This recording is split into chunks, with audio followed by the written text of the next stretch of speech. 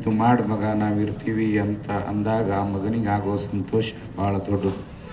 ಅದೇ ರೀತಿ ಒಳಗೆ ಸನ್ಯಾಸಿಗಳು ಸಮಾಜದೊಳಗೆ ಏನಾದರೂ ಮಾಡ್ತೀನಿ ಅಂದಾಗ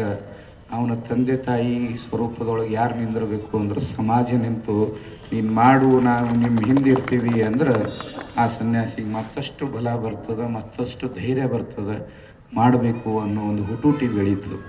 ಆ ನಿಟ್ಟಿನೊಳಗೆ ಇವತ್ತು ನೀವೇನು ಎಲ್ಲ ಜಾತ್ಯತೀತವಾಗಿ, ವರ್ಗಾತೀತವಾಗಿ, ಪಂಥಾತೀತವಾಗಿ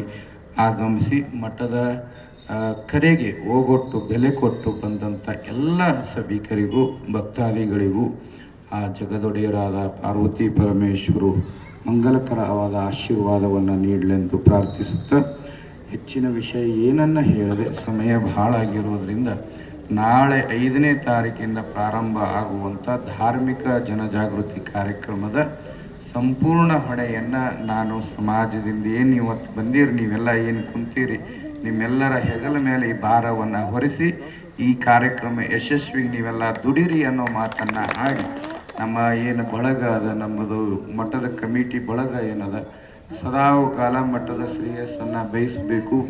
ಮಠದಿಂದ ಏನಾದರೂ ಕೊಡಬೇಕು ಅನ್ನೋ ಹಂಬಲದಿಂದ ಇರುವಂಥ ಜನನೇ ನನ್ನ ಜೊತೆ ಅದರ ಹೊರತು ಮಠಕ್ಕೆ ಏನಾದರೂ ಸ್ವಾರ್ಥ ಬಯಸುವಂಥ ಜನ ಯಾರೂ ಇಲ್ಲ ಇಲ್ಲಿ. ಪ್ರತಿಯೊಂದು ದಿನ ನಾನು ಇವತ್ತು ಬೆಳಗ್ಗೆ ನಾನು ಬಂದೆ, ಬೆಳಗ್ಗೆ 11 ಗಂಟೆಯಿಂದ ನಮ್ಮ ಅನಿಲ್ ಪ್ರಸಾದ್ ನಿಂತುಕೊಂಡಿದ್ದು ನೋಡಿದ್ರೆ ನನಗೆ ಆಶ್ಚರ್ಯ ಆಯಿತು. 11 ಗಂಟೆಯಿಂದ ಟಿಲ್ ಈ ಟೈಮ್ವರೆಗೂ ಆತ ಮನೆಗೆ ಹೋಗಿಲ್ಲ. ಇದನ್ನೆಲ್ಲ